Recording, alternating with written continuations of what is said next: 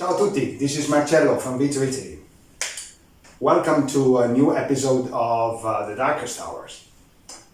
If you ask a non-Italian about September the 8th, he would probably answer that it's one of the most beautiful days in the year at the end of the summer, weather-wise.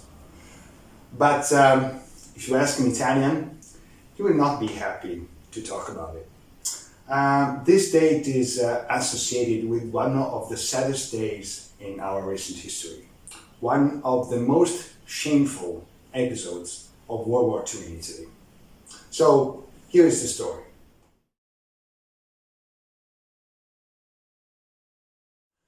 In the last episode, we talked about the armistice between Italy and the Allies, signed on September 3rd, 1943. But its signature has been kept secret by mutual agreement until the time when the Allies should conduct an airborne operation jointly with the Italian army against the Germans to occupy Rome. The operation is scheduled for September 8th, but the Allies cancelled it because the head of the government, Badoglio, asked for more time to organize the defense of the capital. So the commander-in-chief of the Allies, Eisenhower, has had enough of Badoglio's duplicity and announces at 6:30 p.m. that the armistice has been signed.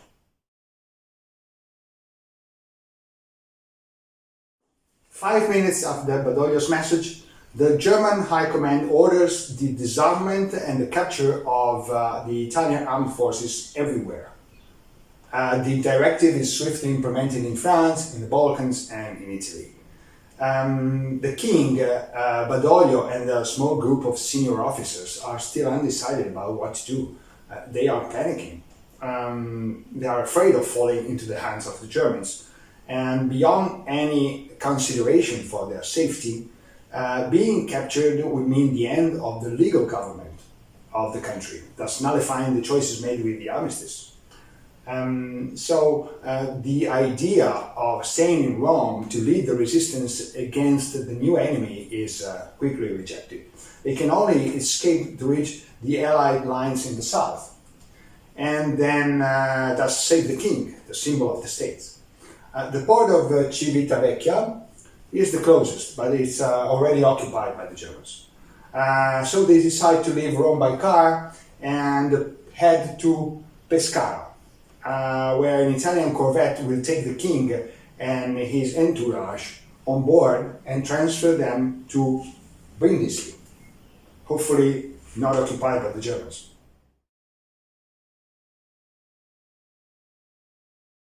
At this point, Badoglio is forced to broadcast the announcement of the end of hostilities by radio at 7:30 p.m. But the message is ambiguous. Any act of hostility against Anglo-American forces must cease by Italian forces everywhere. But they will react to any attack from anywhere else. So Badoglio's hope is evident. Not calling to arms the entire population aims at reassuring the Germans and facilitating a soft exit of Italy from the old alliance, preventing conspicuous reprisals by the new enemy, especially towards the king and his family, the members of the government, and the other military leaders responsible for the decision. An incredible illusion that will cost so many lives.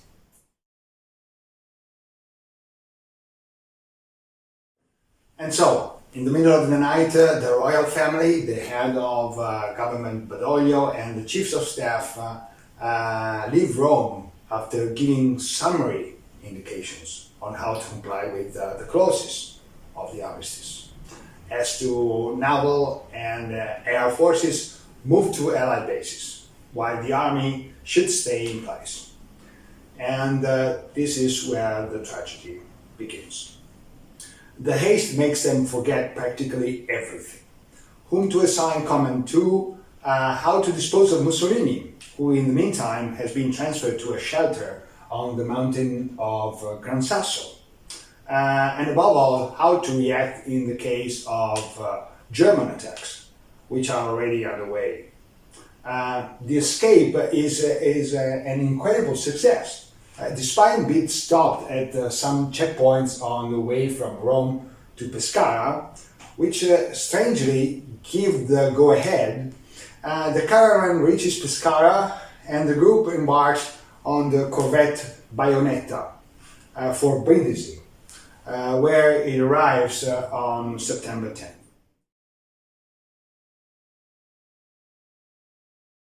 When the corvette docks in the port of Brindisi, the fate of the Italian armed forces is already dramatically sealed.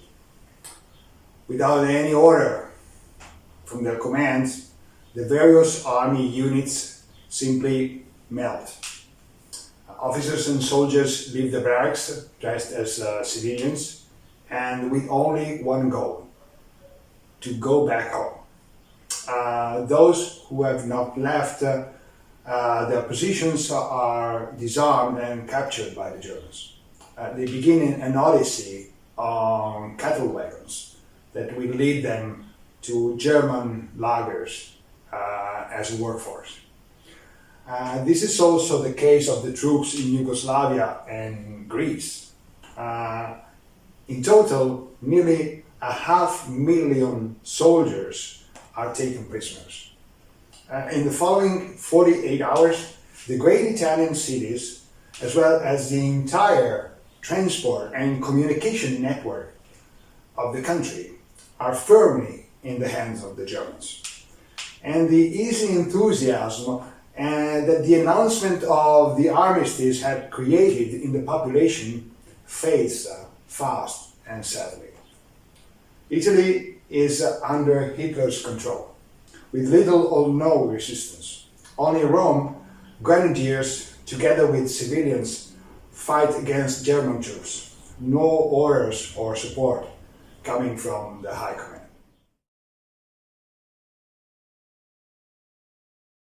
Outside Italy, only a few units resist. The fiercest resistance is opposed by the Army Division Acqui on the island of Kefalonia. We call it Cefalonia, in Greece. After 2 days of combat on September 11th, the Germans present Commander General Gandin with an ultimatum with 3 options: continue fighting against the Allies alongside the Germans, fight against the Germans, or surrender the weapons and have a free way to Italy. General Gandin decides to consult the troops. Almost all soldiers decide to fight back. On September 11th, the battle is resumed and lasts until the 22nd. The resistance of the Acqui, abandoned to itself, is crushed by the strong German reinforcements sent personally by Hitler. The German Stukas bombers, the Jericho trumpets, bomb and machine gun the Italian troops, which defend themselves with courage. Even before the surrender, the Germans eliminate in mass shootings the Italian soldiers once they are taken prisoners and unarmed. This will happen only in Cefalonia and at the will of Hitler, who personally orders not to take prisoners on the island because of the betrayal of the Acqui.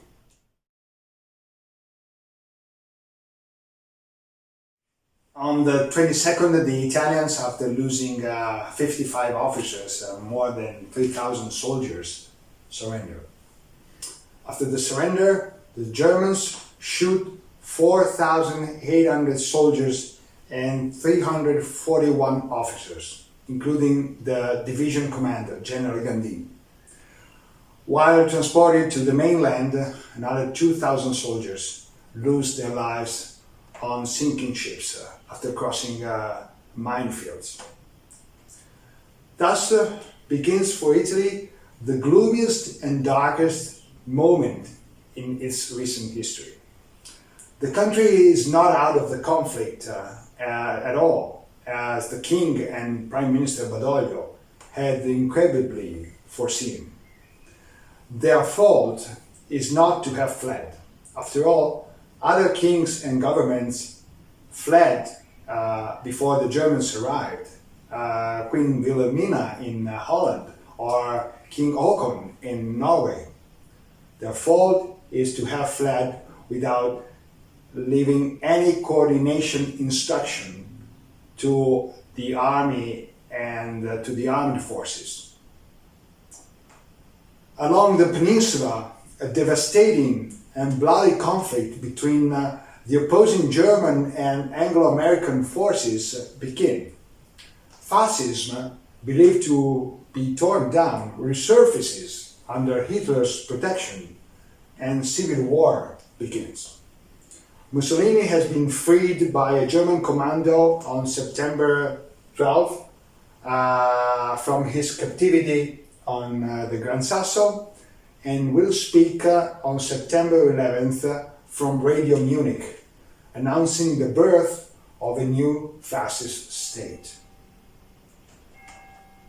Okay, that's all for today, and as usual, please follow us on our website, on our Facebook page, and also don't lose the chance to see the best videos about Italy on our video page on our website www.vitor.it. I'll see you next time. Thank you very much for your attention. Ciao ciao. Bye bye. Ciao.